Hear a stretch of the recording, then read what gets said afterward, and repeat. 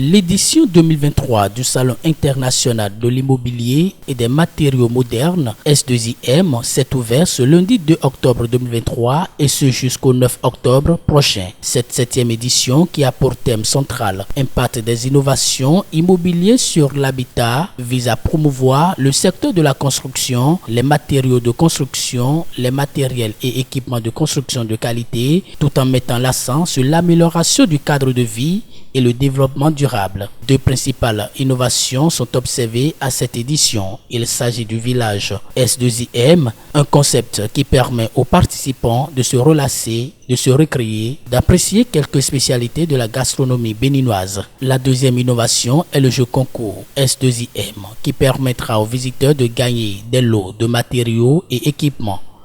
Le S2IM est une opportunité pour élargir son champ d'action commercial à court, à moyen et à long terme.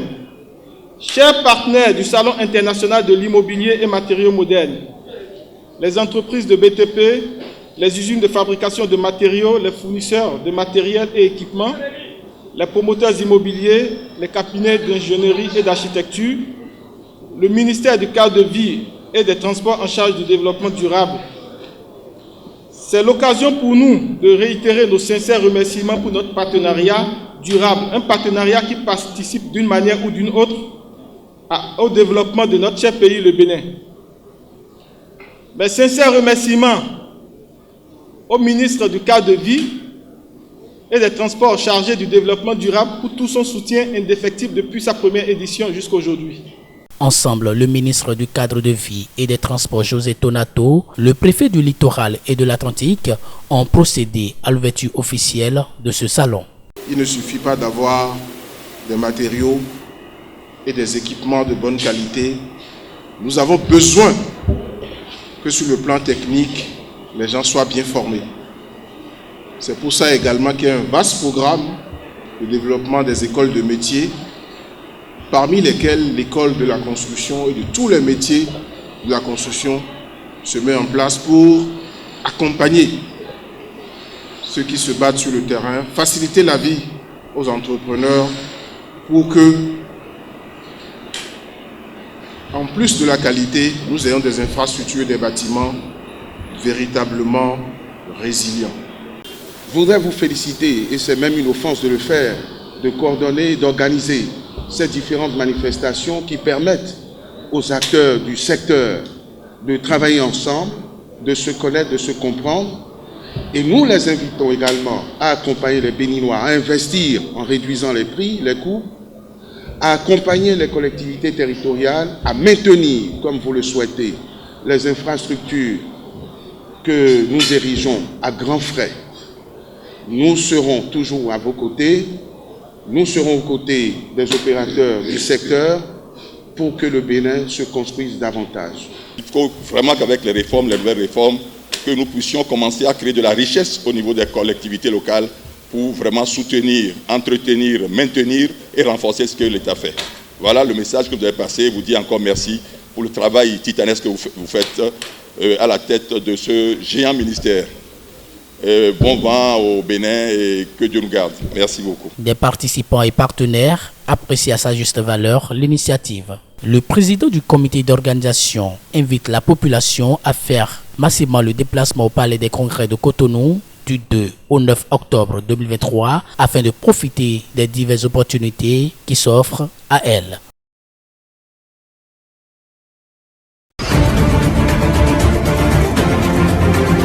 Notre budget devra donc s'arrimer sur les ambitions du gouvernement pour le secteur privé, mais également contribuer à soutenir les attentes en besoin de services des acteurs économiques des secteurs du commerce, de l'industrie et des prestations de services. En tant que représentants du secteur privé, nous avons la responsabilité de veiller à ce que les ressources soient allouées de manière stratégique pour soutenir la croissance de nos entreprises, encourager l'innovation et créer un environnement propice aux investissements. Cette session budgétaire, à l'instar des précédentes depuis le début de votre mandature, devra retenir toute votre attention aux fins d'un examen approfondi des différentes rubriques et d'une prise de décision qui ne saurait aller à l'encontre des intérêts de la communauté des affaires de notre pays.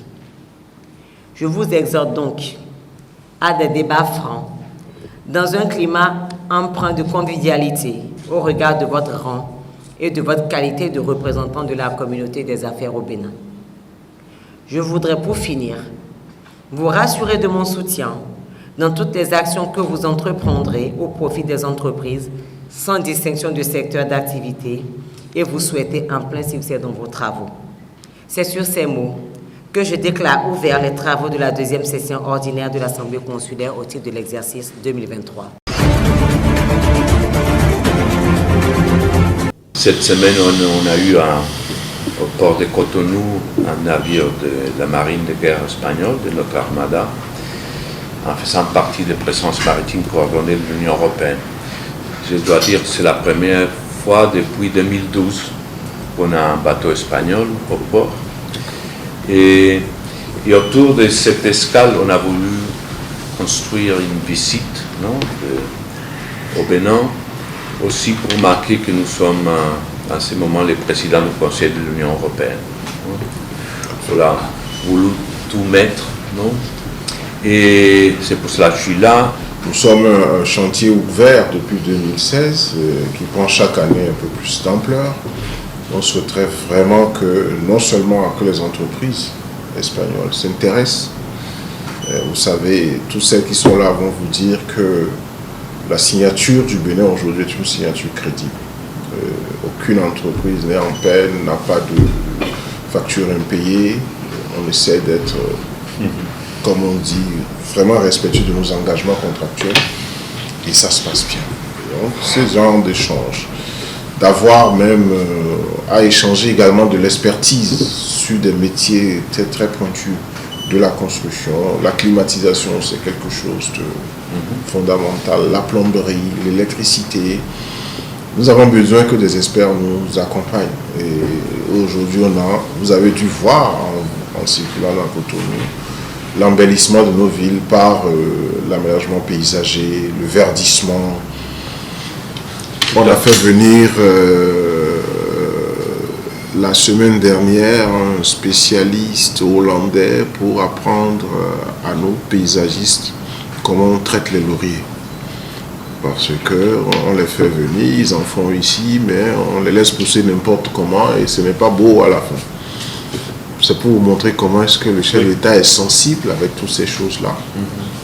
Et donc moi j'aimerais bien aller même sur du soft avec vous, la ville durable, parce que de par votre taille, vous êtes quand même assez proche de nous, des pays africains, et je pense que bien sûr on peut développer beaucoup de choses.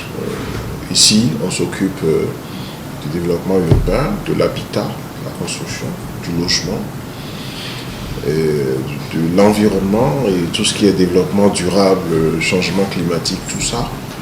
Du développement forestier, des eaux et forêts, les aires protégées, donc la Pendjari et tout ça, c'est ici.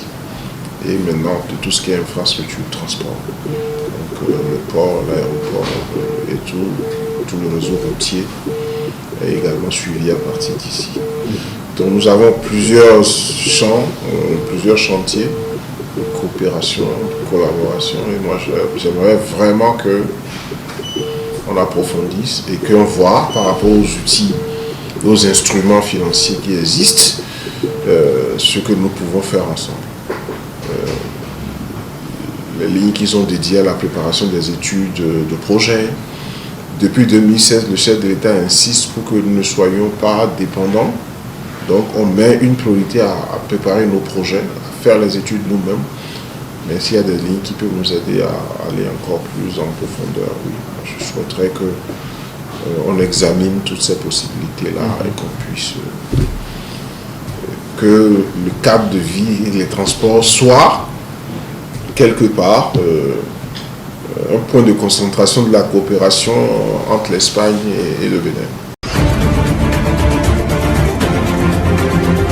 Sa Majesté Teto Nicolas VI a compris très tôt que le développement de Djougou ne peut se faire qu'en s'appuyant sur son histoire et sur la richesse de son patrimoine culturel et culturel. Je remercie le président de la République, M. Patrice Talon, qui attache du prix à la culture. La population de Djougou vous dit merci, merci infiniment. Grande demeurera notre dette de reconnaissance pour cet amour fraternel que vous nous témoignez. Je m'en voudrais de finir sans un plaidoyer. Madame la vice-présidente, vous êtes venue, vous avez touché la réalité du doigt. L'État béninois puisse mieux nous aider à faire de cette esplanade de la Gani de Djougou quelque chose de mieux potable et qui puisse être digne d'accueillir des personnalités comme vous. Je ne doute pas qu'une fois que vous serez retourné à Cotonou, vous transmettrez le plaidoyer de Sa Majesté et des fils de Djougou pour que le gouvernement pense à faire de notre arène quelque chose d'acceptable. Une Gani marquée par les couleurs, les multiples couleurs des tissus tissés traditionnellement. Je regarde Djougou et je vois les danses qui font l'unité et la spécificité du septentrion béninois. C'est le lieu pour moi de remercier Sa Majesté Pétoni Koda VI pour l'organisation de cette Gani et pour la promotion de la culture du peuple Yom au niveau de la commune. Un peuple sans culture, dit-on, est un monde sans âme. La culture, c'est notre identité. C'est ce qui nous distingue des autres. C'est ce qui nous détermine. C'est notre essence. J'ai écouté avec beaucoup d'attention le message du député, représentant des autres députés de la 13e circonscription, relative à ce lieu de culture, à l'aménagement de cet espace. Je crois que j'ai bien entendu son message et que je le porterai à qui de droit.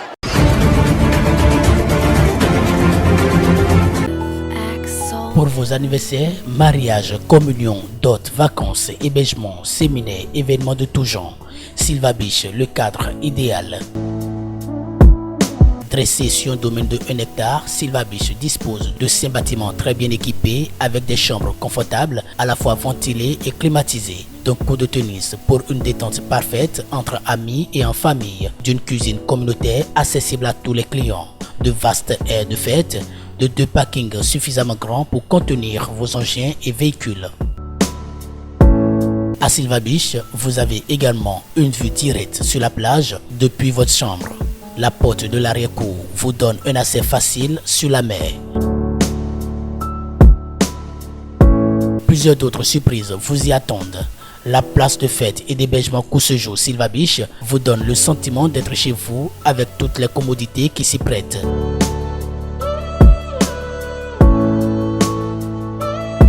Sylva Biche est situé à Agoué dans la commune de Grand Popo, département du Mono, à environ 10 km de Ilakandi, frontière Bénin-Togo, et à 110 km de Cotonou, la capitale économique du Bénin. Pour tout renseignement et réservation, contact, appel et WhatsApp, plus 229 46 00 13 28. Email sylvabiche54@gmail.com.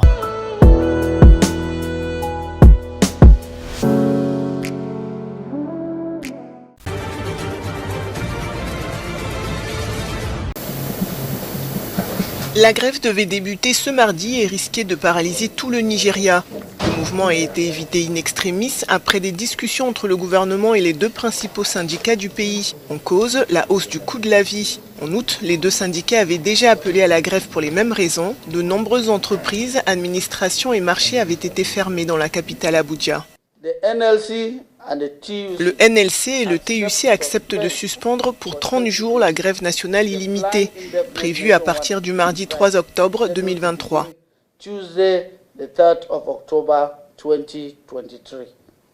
Ce document sera déposé auprès du tribunal compétent dans un délai d'1 semaine en tant que déclaration de volonté du gouvernement fédéral.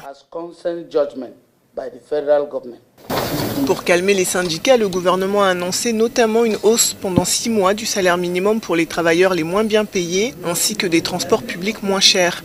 Des mesures pour compenser l'impact des récentes réformes économiques. Nous avons signé un accord et nous avons signé cet accord en étant convaincus que le gouvernement agira avec la plus grande bonne foi. Nous avons signé cet accord en étant convaincus que chacun de ces éléments pourra être mis en œuvre.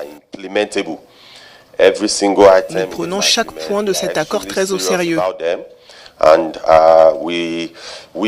souhaitons également réitérer que nous attendons une mise en œuvre à 100% et non à 99%.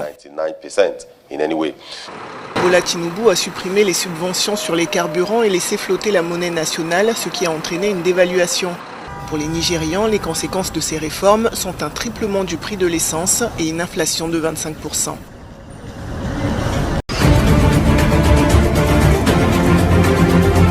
Au moins 18 personnes ont été tuées et près de 25 autres blessées lors d'une explosion dans une raffinerie illégale de pétrole dans le sud-est du Nigeria. Selon le porte-parole du corps nigérian de défense et de sécurité civile de l'État de Rivers, l'explosion est survenue dimanche en fin de journée dans cette région du delta du Niger, dévastée par des décennies de vandalisme et d'exploitation illégale d'hydrocarbures.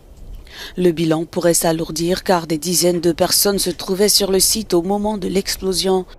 Les groupes armés mais aussi des habitants siphonnent régulièrement le brut des pipelines appartenant aux grandes compagnies pétrolières qu'ils raffinent ensuite sur des sites illégaux et revendent au marché noir.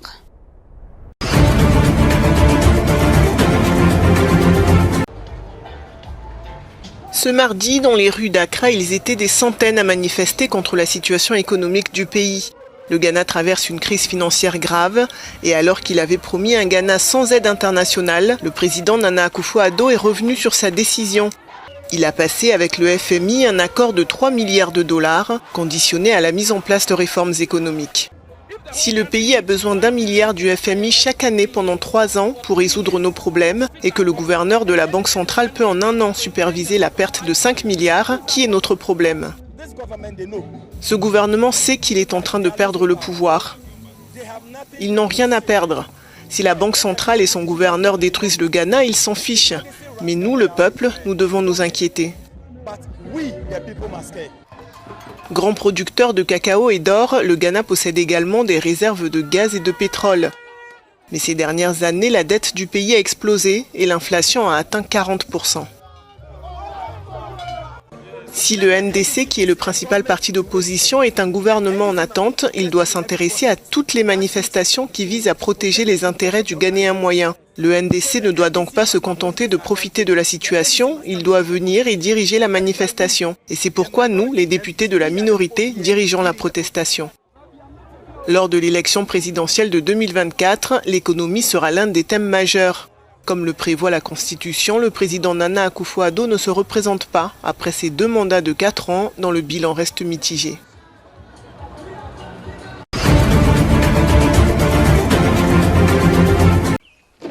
Faire le plein de votre voiture avec du carburant issu des déchets au Kenya, cela pourrait bientôt être possible. Dans ce pays, un entrepreneur s'est lancé dans la transformation des plastiques en carburant. L'entreprise ProGreen Innovations Limited utilise la pyrolyse, technique consistant à chauffer le plastique à des températures très élevées en l'absence d'oxygène. Le processus comporte plusieurs étapes. Vous obtenez les déchets plastiques qui doivent être broyés.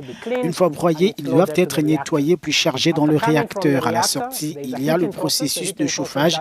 Ce processus n'utilise pas d'électricité, mais notre propre carburant que nous appelons briquette.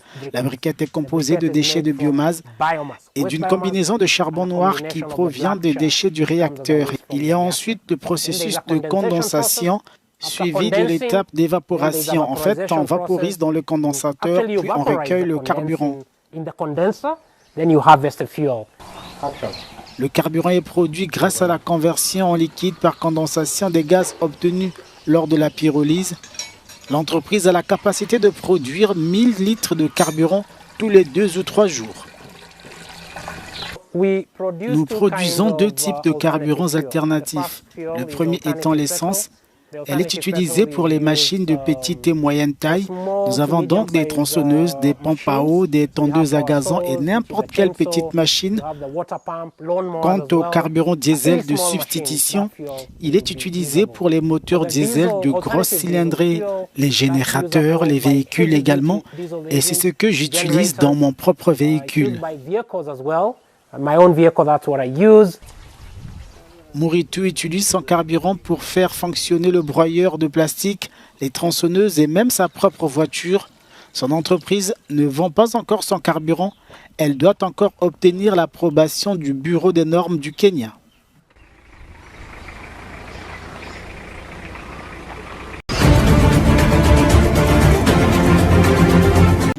Feux d'artifice et écrans géants, les partisans d'Abdel Fattah al-Sisi ont mis les petits plats dans les grands lundis pour accueillir l'annonce de sa candidature à la présidentielle de décembre. Le président égyptien au pouvoir depuis qu'il a renversé l'islamiste Mohamed Morsi en 2013 a décidé de briguer un 3e mandat. Aujourd'hui, nous célébrons les victoires du 6 octobre et le triomphe de notre grande nation. C'est un jour de victoire, de fierté et de dignité. Notre victoire d'aujourd'hui coïncide avec la candidature du président Al-Sisi. C'est un honneur pour nous et nous sommes avec vous. Si Dieu le veut, nous travaillerons pour l'Égypte. En tant qu'Égyptiens, nous sommes unis et reconnaissons les efforts considérables déployés par le président et les changements significatifs qui se sont produits au cours de la période précédente. Bien entendu, pour que le processus de développement se poursuive, nous espérons que le président Abdel Fattah al-Sisi sera à nos côtés. En attendant, le pays des pharaons fait face à une situation socio-économique difficile avec une inflation à 40%. Et une dévaluation de 50%.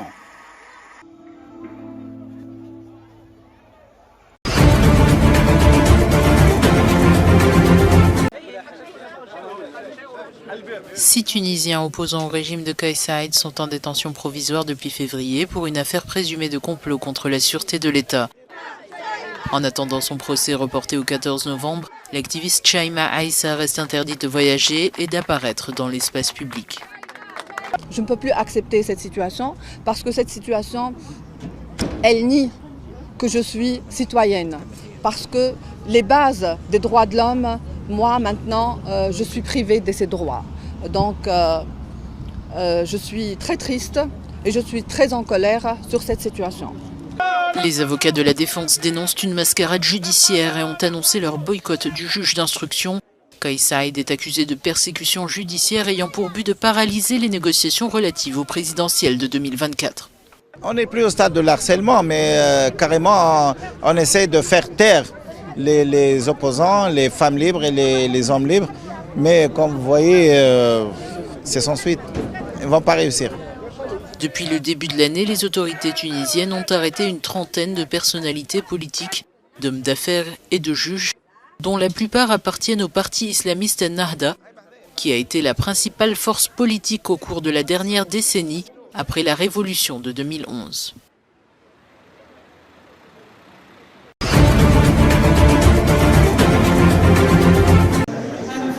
L'Union européenne souhaite renforcer la coopération avec le gouvernement éthiopien.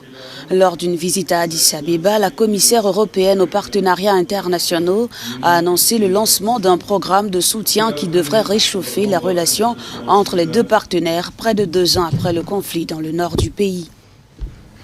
Le programme indicatif multiannuel que nous lançons aujourd'hui est le premier pas concret vers la normalisation.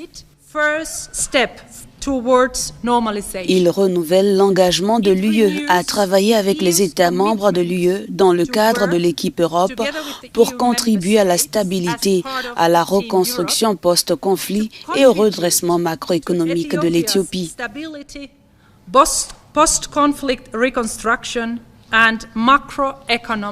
Le ministre éthiopien des Finances, Ahmed Shide, s'est réjoui de la signature de ce document cadre de coopération.